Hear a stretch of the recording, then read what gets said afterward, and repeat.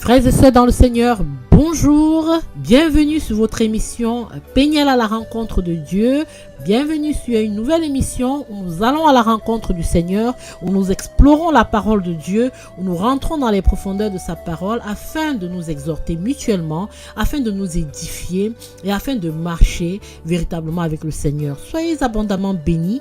Merci pour votre patience. Merci d'être avec nous tous les jours, de nous écouter. Que le Seigneur vous bénisse, qu'il vous remplisse de sa présence et que véritablement il vous conduise à rentrer dans sa profondeur. Soyez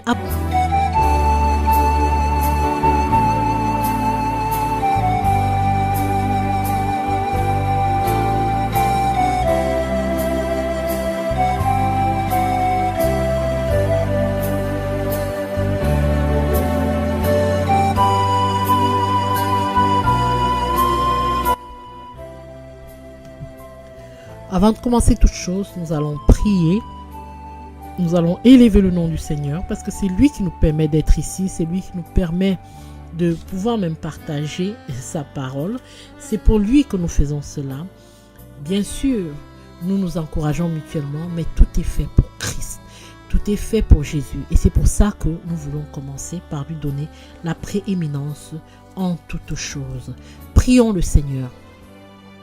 Éternel notre Dieu, notre Roi, notre Père, nous venons devant toi cet après-midi, véritablement d'abord implorer ta miséricorde, mon Dieu. Parce que tu es Dieu, parce que tu es bon, parce que tu es fidèle.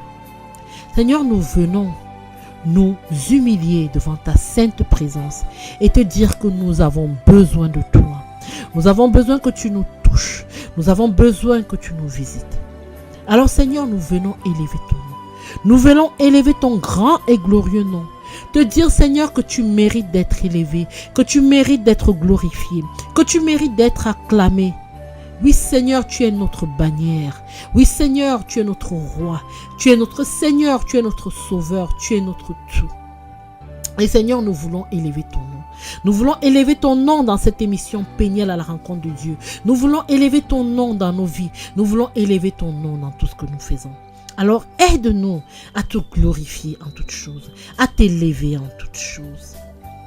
Seigneur, viens et prends la place du roi dans ce studio, Seigneur.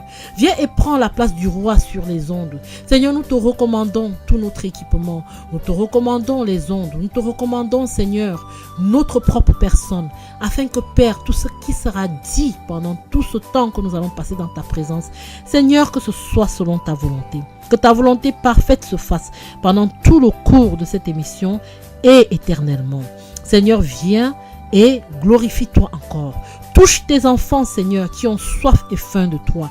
Remplis-nous de ta parole. Remplis-nous de ta manne. Nous avons besoin de toi, Seigneur. Nous avons besoin de toi davantage aujourd'hui qu'hier.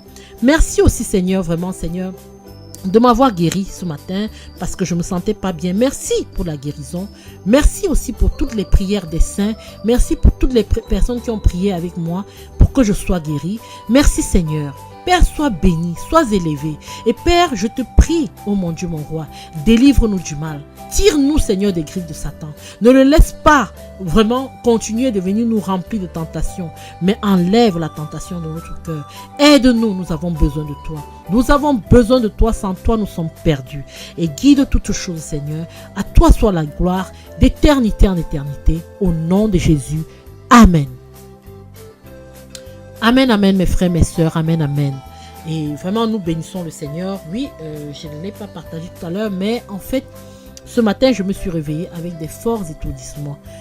D'habitude, quand cela m'arrive, je dois faire des exercices très spécifiques afin de remettre les choses en place. Apparemment, c'est quelque chose qui s'appelle, scientifiquement, maintenant, on sait que tout ça, c'est aussi spirituel. Hein. L'ennemi est toujours là, il veille au grain pour essayer de nous descendre, mais apparemment il y a un cristal, il y a des cristaux dans le canal de l'oreille interne et qui sont stables normalement, mais quand ils se déplacent, il y a un bouchon normalement qui les maintient stables, mais quand ce bouchon là sort, se déplace, alors ils deviennent instables et ils vous poussent à croire que vous êtes en train de tourner parce qu'ils sont instables. En fait, c'est le mécanisme qui nous permet de garder l'équilibre, qui nous permet que quand nous tournons la tête, nos yeux tournent également. Si nous sommes en train de tourner très rapidement, nos yeux tournent également pour nous permettre de maintenir notre équilibre en toute fois. Notre Seigneur est merveilleux. Il nous a fait vraiment de manière parfaite. Et pour vous montrer un peu l'effet que ça fait, si vous tournez sur vous-même très très rapidement pendant longtemps, alors la terre commence à tanguer, à nauser et tout ça. C'est un peu ce qui se passe parce que vous avez tourné très vite, vous avez agité les cristaux donc de l'oreille interne et du coup ils deviennent instables et c'est ça qui pousse vos yeux à tourner et vous commencez à perdre de l'équilibre. Donc c'est un peu ce qui m'est arrivé, ça m'arrive parfois, mais ça m'est arrivé cette nuit. Mais c'est pas que j'ai tourné, parfois apparemment on ne sait pas quelle peut être la cause, mais ça arrive chez certaines personnes, donc ça m'arrive parfois. Toujours est-il que cette nuit ça m'est arrivé, mais j'ai prié avec ma sœur en Christ Rachel, on était en train de prier cette nuit et elle a notamment beaucoup prié par rapport à cela. Et ce matin, je n'ai pas eu à faire d'exercice pour que cela s'arrête. C'est parti tout seul. Voilà, merci sœur Rachel. Et merci Seigneur de m'avoir guéri. Merci Seigneur surtout, parce que c'est toi qui guéris. Père éternel, sois béni. Et je voulais partager ce témoignage avec vous ce matin. Si vous avez un souci de santé, recommandez votre sort à l'Éternel en premier. Demandez-lui de vous guérir et il va vous guérir. Le Seigneur est fidèle, il est bon. Il est le même hier, aujourd'hui, éternellement. Il n'a pas changé. Alors je vous encourage, mes frères, mes sœurs, quel que soit le mal que vous avez, demandez d'abord de l'aide au Seigneur avant toute chose et il est fidèle. Il va vous aider. Il est fidèle. Donc aujourd'hui, nous allons parler d'un sujet, voilà, qui touche un peu ce dont je parle tout de suite là, le combat spirituel. Mais ce que nous allons faire, c'est regarder le cadre du combat spirituel. Nous n'allons pas rentrer dans la profondeur du combat spirituel aujourd'hui. Nous allons surtout regarder le cadre du combat spirituel. Quels sont les prérequis du combat spirituel et dans quel cadre est-ce que nous opérons le combat spirituel. Et pour ce faire, nous allons aller tout de suite dans 2 Corinthiens chapitre 10. 2 Corinthiens chapitre 10 à partir du 3e verset. Et là, il est écrit: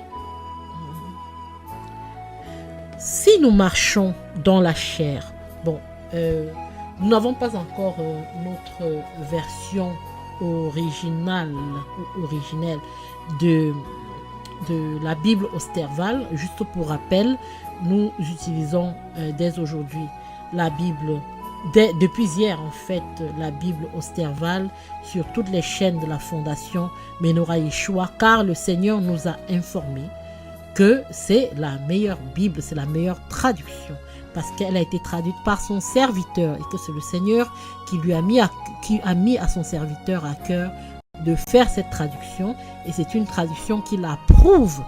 Donc nous lisons depuis la version de Osterval.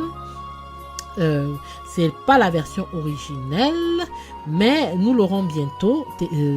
Tenez-vous tranquille, la sœur Rachel travaille dessus et nous allons tous travailler dessus pour rendre cela disponible en ligne pour tous.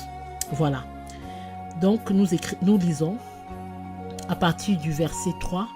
Car quoique nous vivons dans la chair, nous ne combattons point selon la chair. Et les armes avec lesquelles nous combattons ne sont pas charnelles, mais elles sont puissantes par la vertu de Dieu pour renverser les forteresses et détruire tous les conseils et toute hauteur qui s'élève contre la connaissance de Dieu, et pour amener captives toutes les pensées et les soumettre à l'obéissance de Christ, et étant prêts à punir toute désobéissance lorsque votre obéissance aura été accomplie. Alléluia. Donc, ça c'est notre texte guide. Et nous voyons tout de suite que nous sommes en guerre. Nous sommes en guerre.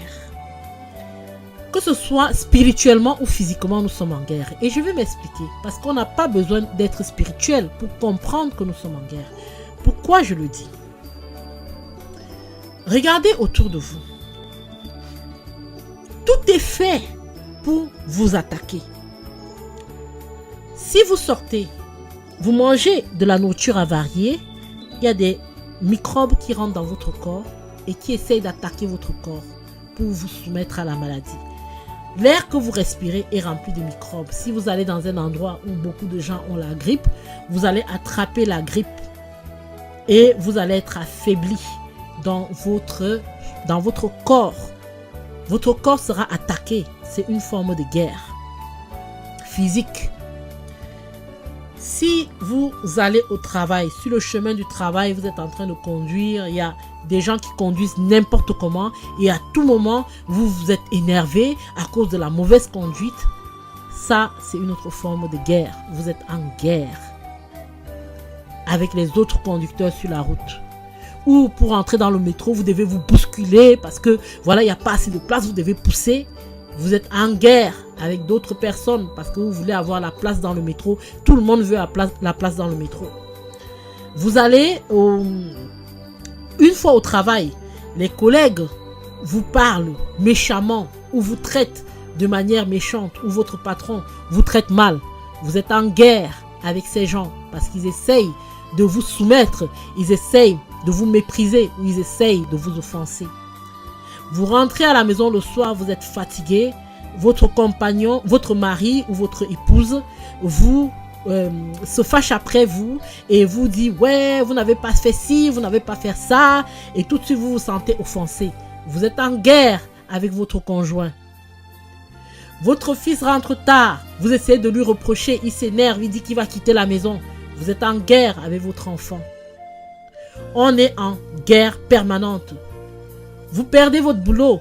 Il faut que vous ayez donner des justifications. En France, c'est à l'URSSAF, je crois. Je ne sais pas trop. En France, c'est à l'URSSAF. Ici, c'est au Job Center. Vous devez aller prouver que voilà, vous êtes en train de chercher du boulot et que vous avez besoin d'un peu de revenus pour vivre, que l'État puisse vous aider à vivre. C'est un droit parce que vous avez cotisé pendant que vous travaillez. Et aujourd'hui, l'État doit vous donner un petit peu quelque chose quand vous n'avez plus de boulot. Et vous devez vous battre avec l'administration pour obtenir ce droit. Vous êtes en guerre avec l'administration. On est en guerre physiquement à tous les niveaux. Et quelle est la réponse en général que nous avons pour lutter physiquement? C'est de réagir, c'est de répondre, c'est de se défendre. Si quelqu'un m'offense par sa parole, je lui réponds immédiatement. Si quelqu'un vient pour lutter physiquement avec moi, ma première réaction, c'est de lui donner aussi un coup de poing. Si quelqu'un vient et me gifle, ma première réaction, ah non, c'est pas de lui tendre la joue gauche. Ah non, non, non, non, non, non, non, non. C'est de lui rendre une gifle encore plus forte que la sienne. Si quelqu'un vient et m'insulte, ah, ma première réaction, c'est de dire, ah non, je vais pas me laisser faire, je vais l'insulter en retour pour qu'il comprenne que, ah non, on ne s'attaque pas à moi. Ça, c'est la guerre. C'est la guerre charnelle. Et nous vivons tous dans cette guerre. Que vous soyez chrétien ou pas, que vous soyez spirituel ou pas, nous sommes en guerre. Mais maintenant, ça c'est la guerre physique, c'est la guerre charnelle. Il y a une autre forme de guerre et que l'apôtre Paul veut nous instruire. Et il nous dit en 2 Corinthiens 10, les armes, bien que nous vivions dans la chair, quoi que nous vivions dans la chair, nous ne combattons point selon la chair. Ah non, nous ne combattons point selon la manière normale de combattre, qui est de répondre quand on est attaqué. Self-defense, autodéfense, se défendre contre l'ennemi, se défendre contre les gens qui nous attaquent. Non, nous ne combattons pas de cette manière. Les armes avec lesquelles nous combattons, elles ne sont pas charnelles, mais elles sont puissantes par la vertu de Dieu. La vertu de Dieu, c'est aussi pour dire la puissance de Dieu, pour renverser les forteresses et détruire tous les conseils et de toute hauteur qui s'élèvent contre la connaissance de Dieu. Donc nous avons des armes. Ici, nous sommes informés que nous avons des armes pour combattre selon le combat spirituel, pour combattre spirituellement et non charnellement. Et quelles sont ces armes?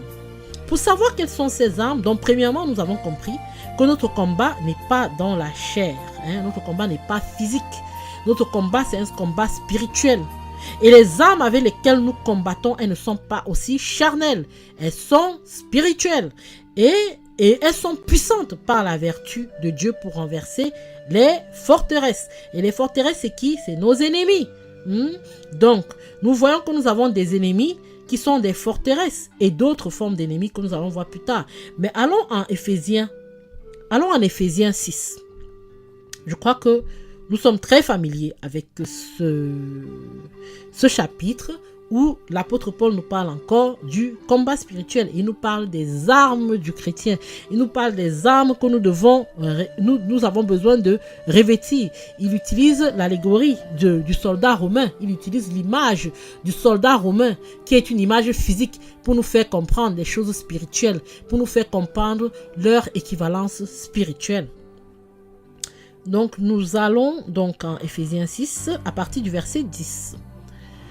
Alors là, il est écrit « Au reste, mes frères, fortifiez-vous dans le Seigneur et par sa force toute puissante. » Donc, nous avons vu plus haut en Corinthiens, 2 Corinthiens 10, qu'il fallait que nous restions fermes, que nous tenions fermes, n'est-ce pas? Et que nos armes sont puissantes par la vertu de Dieu. Donc, nous devons nous fortifier par la force toute puissance de Dieu. Et comment le faisons-nous? Comment nous fortifions-nous? Verset 11. Revêtez-vous de toutes les armes de Dieu. Donc nous avons des armes dont nous pouvons nous revêtir afin d'être forts, afin de rester dans la puissance de Dieu. Afin que vous puissiez résister aux embûches du diable. Donc pour résister aux embûches du diable, nous avons besoin de nous revêtir de toutes les armes de Dieu. Et quelles sont ces armes? Verset 12. Avant de savoir quelles sont ces armes, il répond encore, comme Paul a dit précédemment, toujours comme il a dit avant, en 2 Corinthiens 10, il a dit, et même chose, Éphésiens 12, car ce n'est pas contre la chair et le sang que nous avons à combattre, ce n'est pas contre la chair et le sang, donc nous ne luttons pas charnellement, nous ne luttons pas comme on combat dans le monde. Et nous ne luttons pas contre la chair et le sang, c'est-à-dire nous ne luttons pas contre les êtres humains que nous voyons. Car ces êtres humains sont la créature de Dieu. Ce sont les enfants du Seigneur. Même s'ils ne sont pas encore venus à Christ, il n'en demeure pas moins qu'ils sont les enfants de Dieu, que Dieu les a créés et que Christ est mort pour eux sur la croix. Et que à tout moment, ils peuvent venir à Christ et devenir comme nous, enfants de Dieu. Ça, c'est quelque chose que nous ne devons jamais perdre de vue. Car chaque fois que nous voyons quelqu'un, même si, quel que soit le mal qu'il nous a fait, de regarder cette personne comme Dieu la voit et non comme nous-mêmes, nous la voyons au travers de ce que la personne nous a fait. Donc nous ne luttons pas contre la chair et le sang. Notre ennemi, ce n'est pas celui qui se présente physiquement devant nous, mais c'est l'esprit qui le pousse à agir de cette manière. C'est lui qui est notre ennemi. Et à chaque fois que nous allons réaliser cela, à chaque fois, notre combat n'en sera que plus effectif. Il n'en sera que plus efficace. Donc, ce n'est pas contre la chair et le sang que nous avons à combattre, mais c'est contre les principautés, contre les puissances, contre les princes des ténèbres de ce siècle et contre les esprits malins qui sont dans les airs. Donc déjà, nous voyons que notre combat n'est pas contre les êtres humains, mais c'est contre les mauvais esprits, c'est contre Satan et les démons et tous les anges déchus. Ok? Ça, ce sont eux qui sont nos ennemis. Et ils sont divisés dans le royaume, dans son royaume, en principautés, en puissance, en princes des ténèbres et en esprits malins dans les airs. Donc il y a différentes catégories au niveau de la hiérarchie. Du monde spirituel, de la hiérarchie des esprits contre lesquels nous combattons. Et nous devons comprendre que c'est contre eux que nous combattons. Nous pourrons nous étendre un peu plus là-dessus quand nous rentrerons en profondeur dans le combat spirituel. Là, nous voulons établir les prérequis. Nous voulons établir le cadre dans lequel nous combattons. Donc, à savoir contre qui combattons-nous, quelles sont les armes que nous détenons et comment, voilà, c'est surtout ça d'abord dont nous allons parler aujourd'hui. Et verset 13, c'est pourquoi prenez toutes les armes de Dieu afin que vous puissiez résister dans le mauvais jour et ayant tout surmonté, vous demeuriez ferme. Donc nous avons c'est la deuxième fois qu'il nous demande de prendre toutes les armes de Dieu afin de résister à l'ennemi. Et non seulement ayant résisté, mais de demeurer ferme. Parce qu'il y a une chose de résister, mais il y a autre chose de demeurer ferme. On peut résister aujourd'hui et tomber demain. Donc continuons de porter les armes continuellement tous les jours afin de demeurer ferme, afin de résister et de demeurer ferme. Donc verset 14, soyez donc fermes. Soyons fermes, ayant première arme, la vérité pour ceinture de nos reins. Étant revêtus de la cuirasse de la justice. La cuirasse de la justice. La justice, c'est la deuxième arme. Et ce n'est pas la justice selon nous, c'est la justice de Christ. Car si notre justice ne dépasse pas celle des pharisiens et des scribes, nous n'entrerons pas dans le royaume des cieux. Quelle est la justice qui dépasse celle des pharisiens et des scribes? C'est la justice de Christ Jésus. Et c'est cette justice-là qui vit en nous.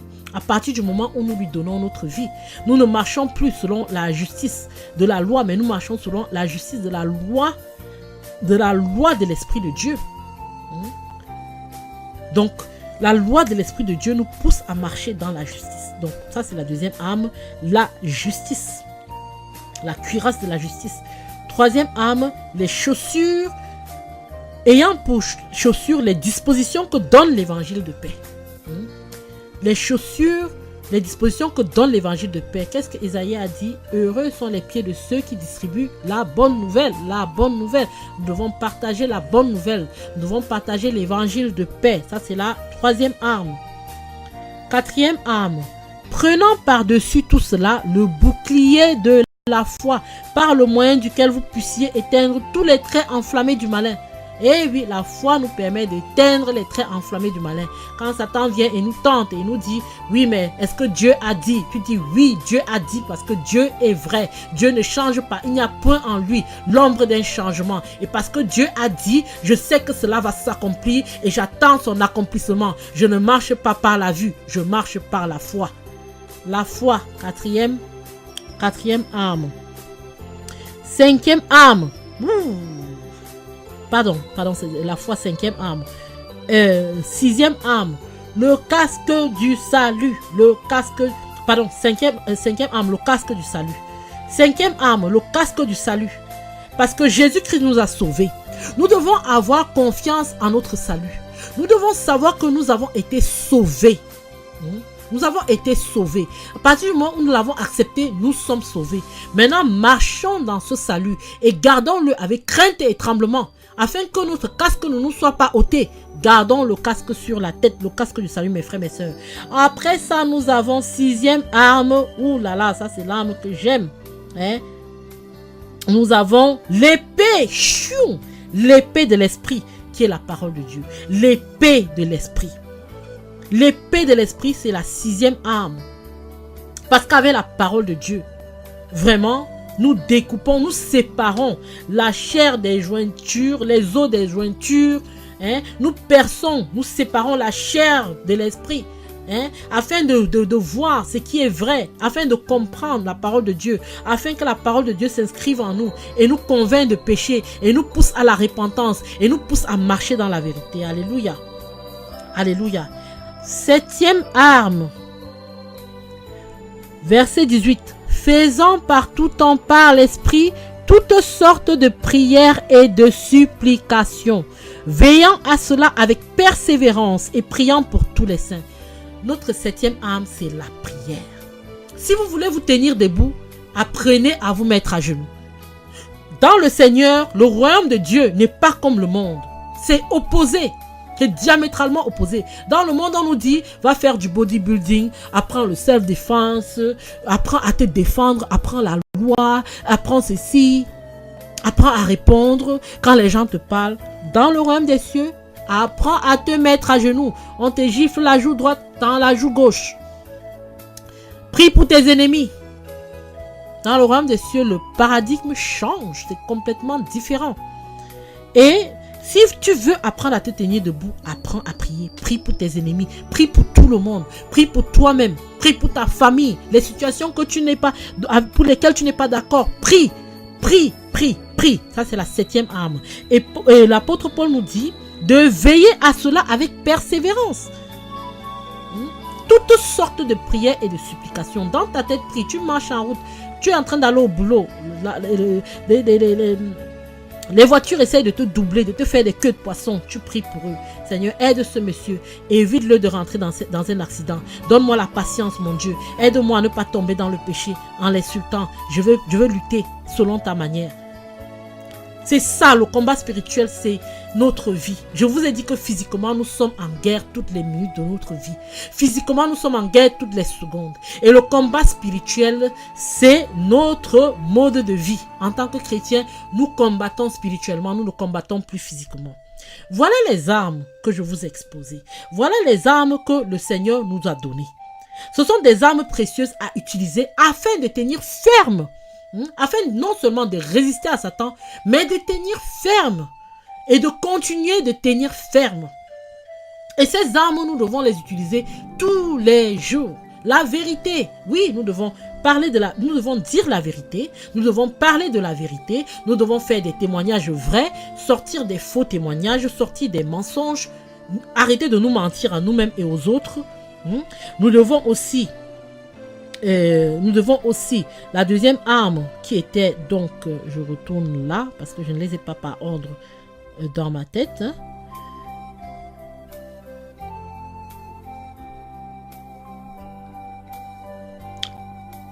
La deuxième arme, c'était la cuirasse de la justice. Nous devons être justes nous-mêmes et nous devons marcher selon la justice de Dieu, selon la justice de la parole de Dieu. Nous devons nous réfugier sous la justice de Christ. Comment? En nous repentant régulièrement de tout ce que nous faisons qui offense le Seigneur, en demandant au Seigneur de nous laver par son sang, de nous rendre justes devant lui, et ainsi nous nous réfugions dans sa justice et d'éviter de marcher dans l'injustice que nous connaissons. Voilà. Après, nous avons donc les chaussures de la disposition que donne l'évangile de paix. Nous devons porter les chaussures de l'évangile, c'est-à-dire nous devons propager l'évangile, nous devons partager l'évangile à tous les niveaux de notre vie, dans tout ce que nous faisons. Nous devons partager l'évangile. L'évangile de Christ doit être visible dans notre vie et dans tout ce que nous faisons. Ensuite, nous avons le casque. Nous avons le bouclier de la foi. Satan aime souvent beaucoup attaquer notre foi. Et quand le Seigneur nous dit des choses que nous ne voyons pas arriver, alors nous pouvons être tentés de croire qu'elles n'arriveront pas et nous sommes découragés.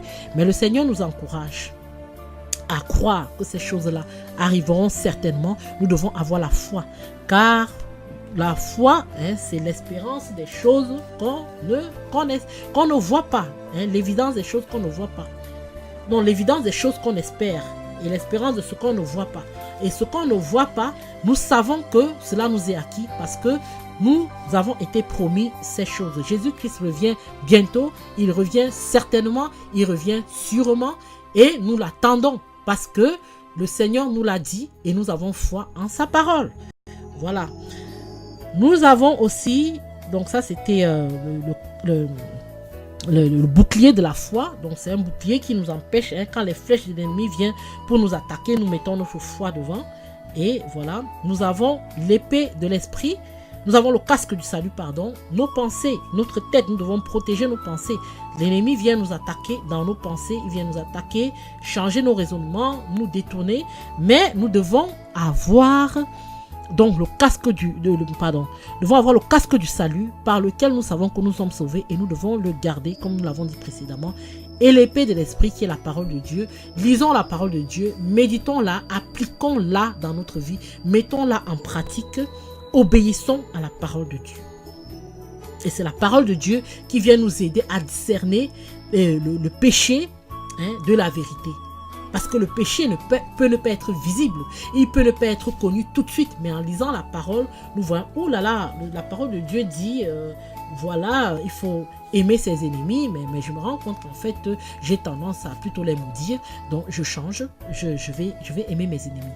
Et c'est comme ça, la parole de Dieu nous conduit dans la vérité, elle nous conduit aussi dans la bonne manière de vivre avec le Seigneur. Et nous avons aussi donc enfin les prières comme nous avons dit tantôt, et nous n'allons pas y revenir, mais sachant que nous devons rester continuellement en prière. Pour retourner, nous allons donc retourner à 2 Corinthiens chapitre 10. Maintenant, nous avons exposé qui est notre ennemi.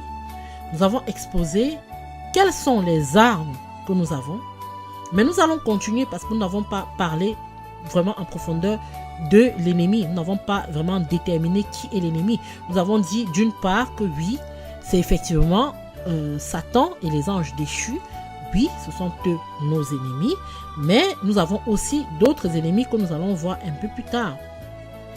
Et donc, nous avons dit tout à l'heure, les armes avec lesquelles nous combattons, elles ne sont pas charnelles, mais elles sont puissantes par la vertu de Dieu pour renverser les forteresses.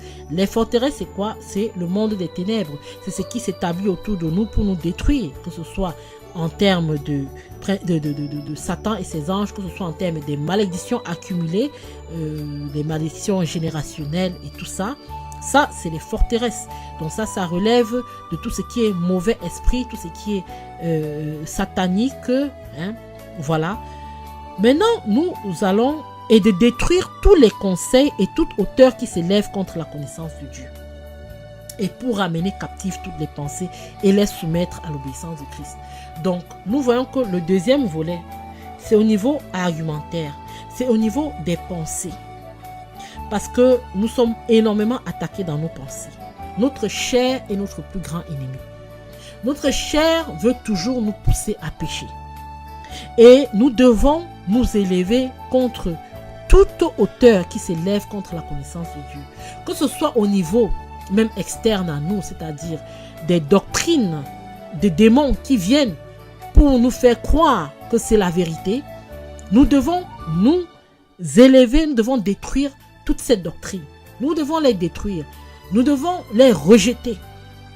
Parce qu'il y a des doctrines qui sont soi-disant chrétiennes mais qui ne sont pas de Dieu. Mais il y a aussi des doctrines qui sont complètement anti-bibliques et anti-chrétiennes. Et nous devons nous ériger en faux contre ces doctrines.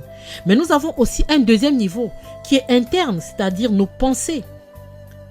Parce que nous sommes constamment en train de penser et nos pensées sont constamment en train de mener la guerre contre nous, en train de mener la guerre contre l'Esprit de Dieu qui vit en nous. Et la Bible nous recommande de ramener captives toutes les pensées et les soumettre à l'obéissance de Christ. Parce que nous avons des pensées qui fusent de toutes parts, qui viennent de tous les côtés, qui viennent et qui nous disent fais ceci, fais cela, fais ceci, fais cela. Et si nous ne les contrôlons pas, nous allons nous retrouver à passer toute la journée à combattre dans nos pensées et à nous laisser prendre dans le piège des pensées et à pécher par nos pensées. Et je vais vous donner des exemples simples.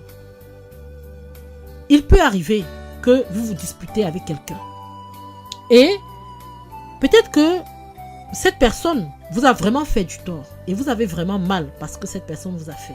Oui, vous avez mal, la personne vous a fait du tort. Mais vous passez le temps à condamner la personne dans vos pensées en disant « Oh là là, cette personne est vraiment méchante. Regarde tout ce qu'elle a fait. Oh là là, je ne sais pas vraiment comment je vais faire pour encore parler à cette personne. » Vraiment, cette personne, vous passez le temps à bassiner la personne dans vos pensées. Vous passez le temps à dire « Oui, cette personne-ci, cette personne ça. » C'est dans vos pensées. Hein. C'est pas, vous n'avez pas ouvert la bouche, hein, vous n'avez pas parlé, mais c'est dans vos pensées. Mais est-ce que ces pensées-là, ce sont des pensées qui glorifient le Seigneur? Non. Est-ce que si on prenait cette pensée et qu'on mettrait sur un écran, même devant la personne, est-ce que vous seriez satisfait? Non. Vous auriez peut-être honte. Et le Seigneur ne veut pas que nos pensées nous poussent à pécher contre lui et contre nous. Alors, il nous demande de ramener ces pensées captives. C'est-à-dire quoi? Oui, tel m'a fait ceci, mais Seigneur, ça m'a fait mal. Je prie, enlève la douleur de mon cœur.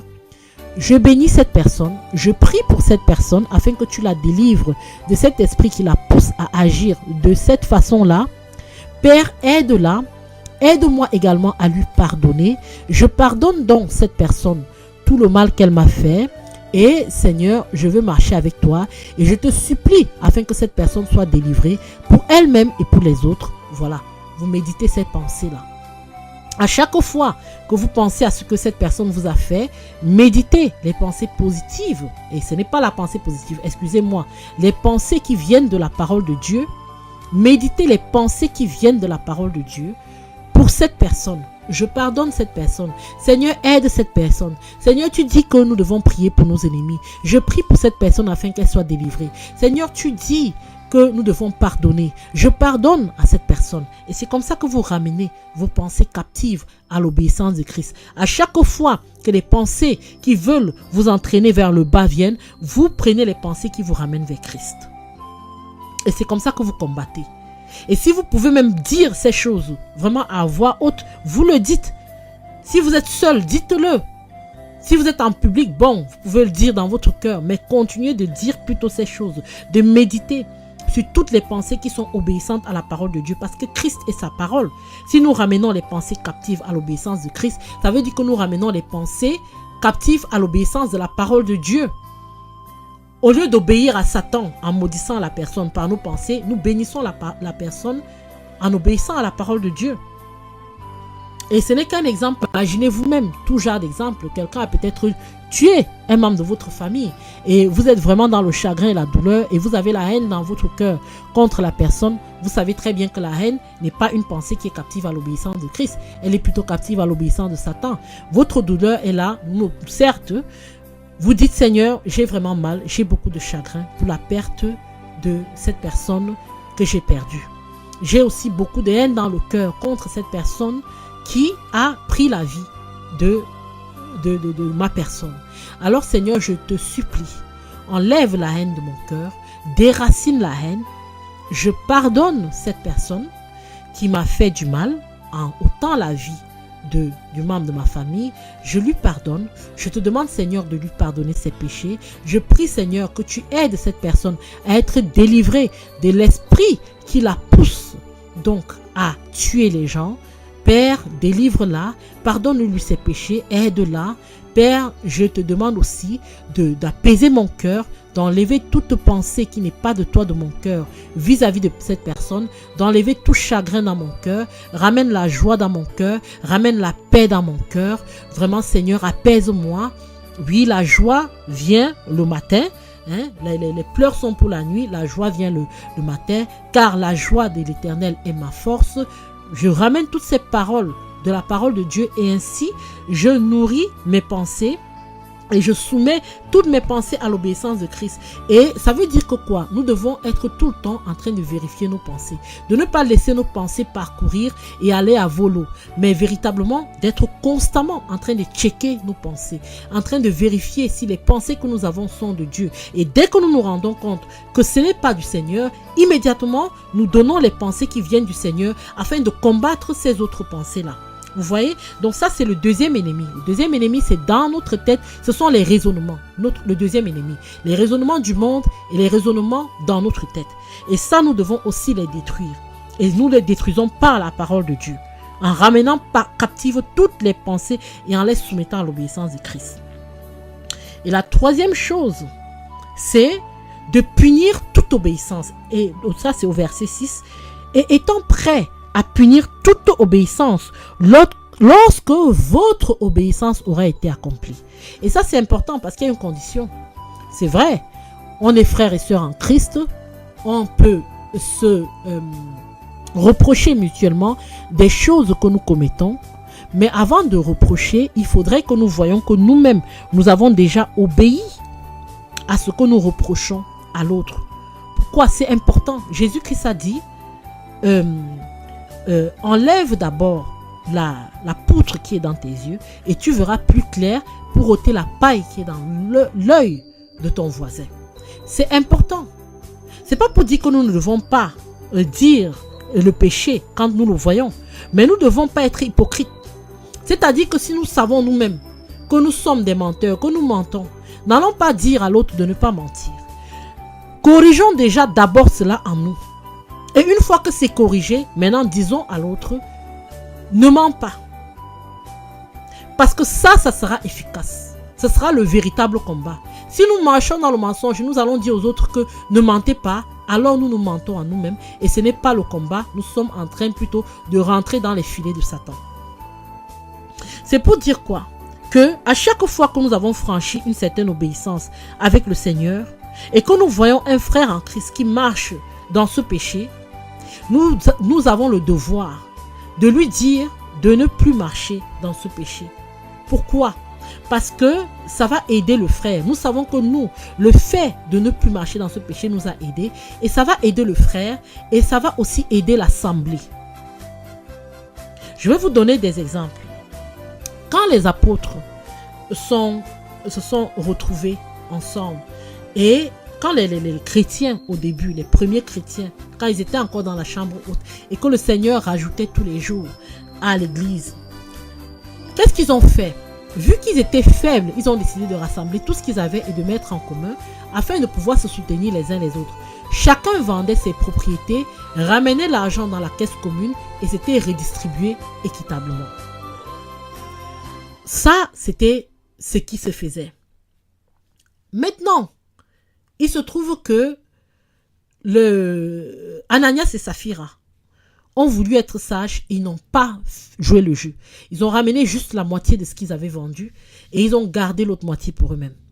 Pierre a su par le Saint-Esprit et Pierre les a punis et ils ont été punis de mort. Pourquoi est-ce que Pierre pouvait le faire? Parce que lui, il avait fait ce qui avait été demandé. Et d'autres frères et sœurs avaient fait ce qui avait été demandé. Et c'est pour ça donc Ananias et Saphira ont été punis. Nous prenons un autre exemple, si je peux me souvenir, c'était encore dans la parole, j'en ai parlé tout à l'heure, mais ça ne me vient pas. Voilà, nous allons prendre un autre exemple, même au niveau des chrétiens de manière générale. Quand nous sommes en assemblée, qu'elle soit grande ou petite, nous nous efforçons de marcher dans la sanctification.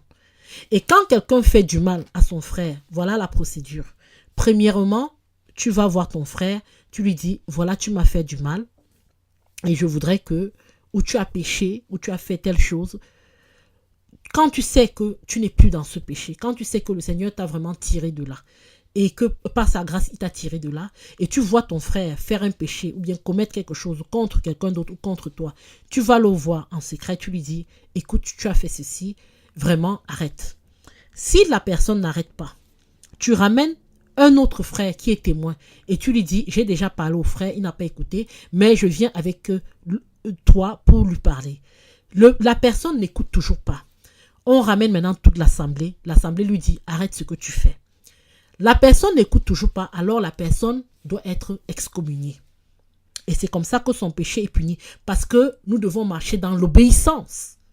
La personne doit être excommuniée afin de ne pas encourager les autres frères et sœurs à tomber dans le péché. Nous sommes en guerre et le péché est constamment en train d'essayer de nous attraper. Et si nous n'excommunions pas la personne, si nous ne punissons pas ce péché, alors nous allons encourager le péché et nous allons nous retrouver en train de pécher contre Dieu. Donc ça, c'est le troisième volet du combat spirituel. C'est vis-à-vis des frères et sœurs dans l'assemblée.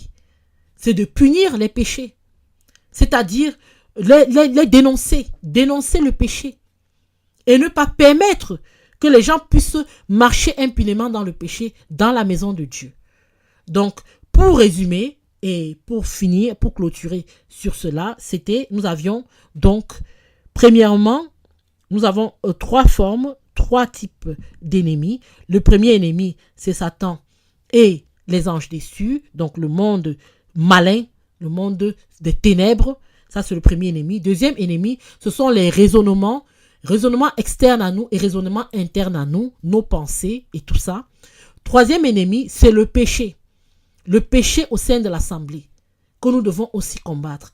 Voilà les trois ennemis du combat spirituel. Et nous avons vu les armes qui étaient, donc, je vais les citer pas en ordre. Nous avons la vérité, nous avons la justice, nous avons la foi, le bouclier de la foi, nous avons donc l'évangile, les chaussures de l'évangile de paix, nous avons le casque du salut, nous avons l'épée de la parole et nous avons les prières. Voilà les armes. Donc nous avons l'ennemi, nous avons les armes. Voilà ce que nous avons pu voir aujourd'hui par la grâce de Dieu. Que le Seigneur nous aide à rentrer dans la profondeur par rapport à cet enseignement qui est tellement important. Et nous avons aussi compris que nous sommes constamment en guerre dans le monde physique comme dans le monde spirituel. Alors combattons selon l'Esprit de Dieu. Soyez abondamment bénis mes frères, mes sœurs. Nous arrivons au terme de cette émission. Tout de suite après moi, l'avenir en Christ avec la sœur Nadia à 15h, tout de suite là. Et ensuite, elle ira sur Christ Now Awakening pour The Future in Christ, la version anglophone de cette émission-là. Demain matin, sur Radio Menorah Yeshua, 10h heure de France, les matinales de Rachel. Soyez abondamment bénis et nous nous retrouvons demain sur même chaîne, même heure, Dieu voulant. Au nom de Jésus. Amen.